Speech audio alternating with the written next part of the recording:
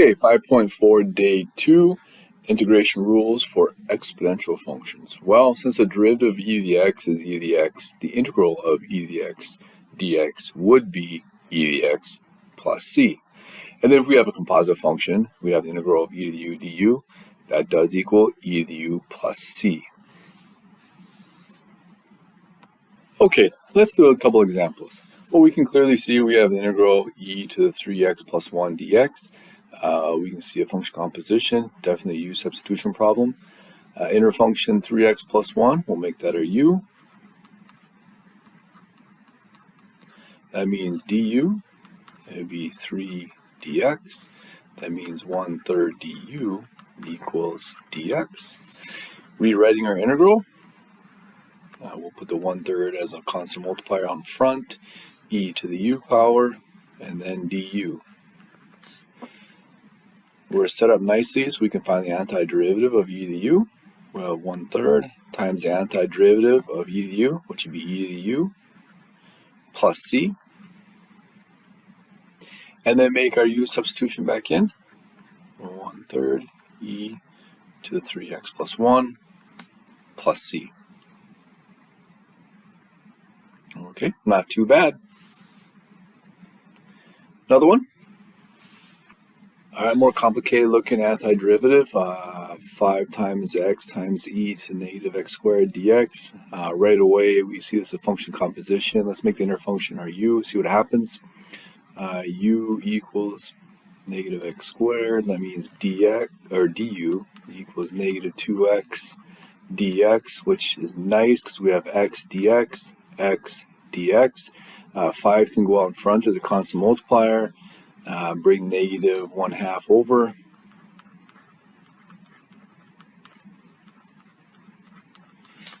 And so if we rewrite our antiderivative, put the 5 out in front, multiply by negative 1/2. X dx will be du, and then we have e to the u du. Again, set up very nicely for our antiderivative. Antiderivative e to the u is simply just e to the u. We have a constant multiplier, negative 5/2, e to the u power plus c. And again, you can do the advanced move and substitute in for u right away. That's fine.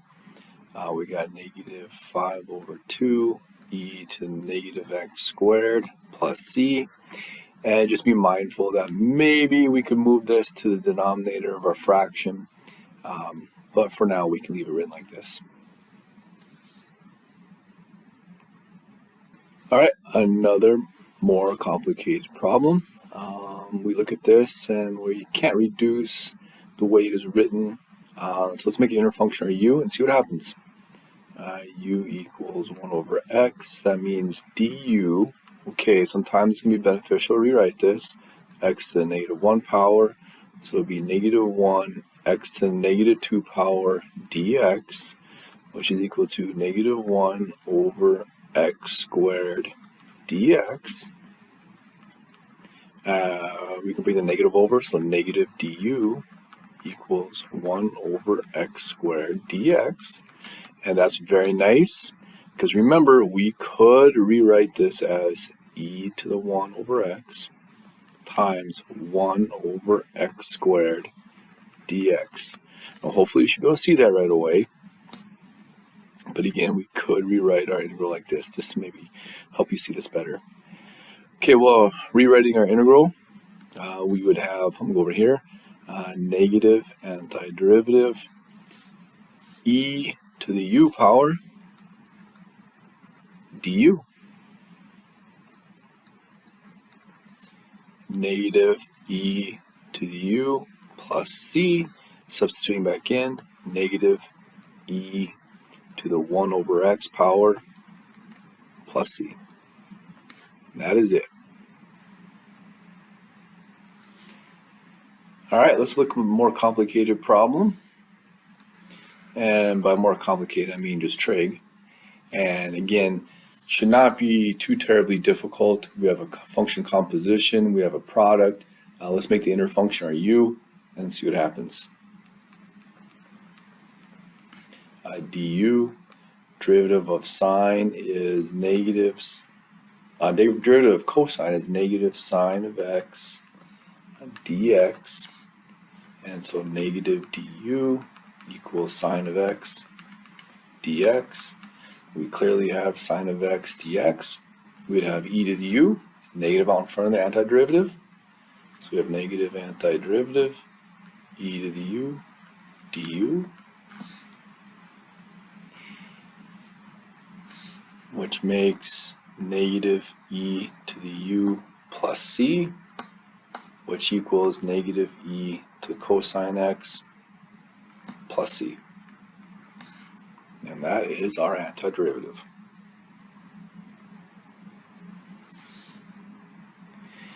Okay, now what about definite integration? Not too bad. If you make a u substitution, remember you have to change your bounds on your definite integral. That's the way we do it. Because the exponent on e is not just x, it right now is negative x, we do have to make a u substitution. So u equals negative x. That means du equals negative dx. That means negative du equals dx. Okay, so we put a negative in front, antiderivative. I like to rewrite my integral first, e to the u, and then change my bounds. Okay, if x is 0, that means u is 0. If x is 1, that means u is negative 1. Okay, now our bounds are not in the correct order. We can flip our bounds, take the opposite of what we have, opposite negative positive, so we now would have integral negative 1 to 0, e to the u, du, and I forgot that up here.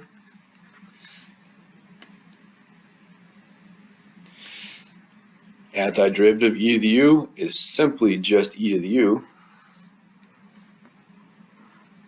And we need to evaluate e to the u from negative 1 to 0, which makes e to the 0 power minus e to the negative 1 power. E to the 0 power is 1. E to the negative 1 power is just 1 over e. Be careful, they might want to take these two terms and make one term, so we'd have to multiply by the common denominator of e, and you'd get e minus 1 all over e.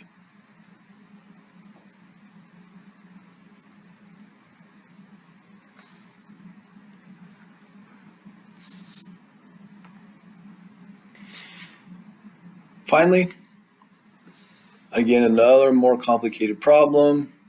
Probably just means we have to check our choose our u wisely. You can use a little bit of critical thinking skills here. Well, which value would you use for u? We do not have an inner function for our base e. However, we do have one that's more complicated than the other. If you look at the denominator, if we made the denominator u and took the derivative of the denominator, that'd give you 0. Derivative of e to the x is e to the x. That would give us the rest of the integrand.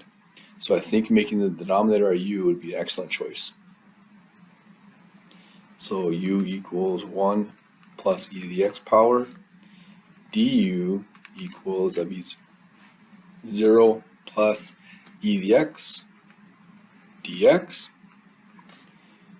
And we have a nice substitution for our integrand then. That would be 1 over u du. Since we changed and made a u substitution, we need to change our bounds. If x is 0, plug in at 0 for x, you get 1 plus e to the 0. E to the 0 is 1. 1 plus 1 is 2. And if x is 1, you get 1 plus e to the first, which is just 1 plus e. Yes, it looks weird. Doesn't seem right. It seems like there should be an integer as our upper bound, but that is definitely okay to have 1 plus e as an upper bound. It is a number. Okay, let's find our antiderivative. The antiderivative of 1 over u would be the natural log.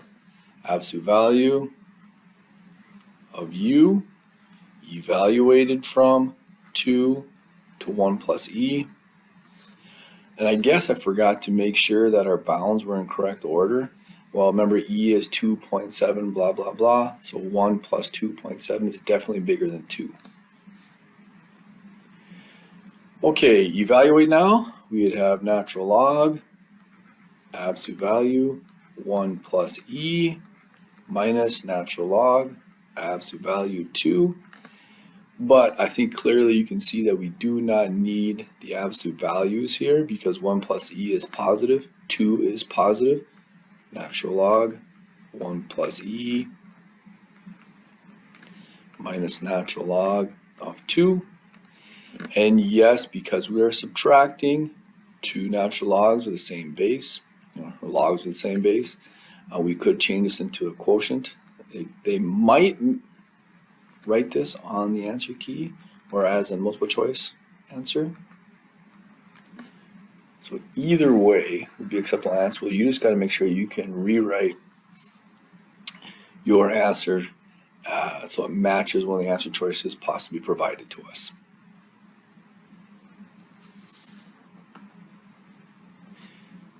Another one. Okay, I think we can see what our u choice is going to be. Inner function e to the x. U equals e to the x. That means du equals e to the x dx, which covers up e to the x dx. So we'd have antiderivative cosine of u du. If x is -1, then we have e to the negative first being for our u, which is 1 over e, which is 1 divided by a number bigger than 1. And then if x is 0, we get e to the 0 power, which is 1, which is okay. We got a number smaller than 1 as our lower bound, a number equal to 1 as our upper bound. We're good.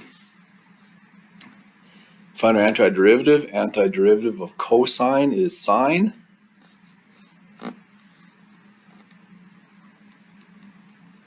Evaluated from 1 to 1 over e.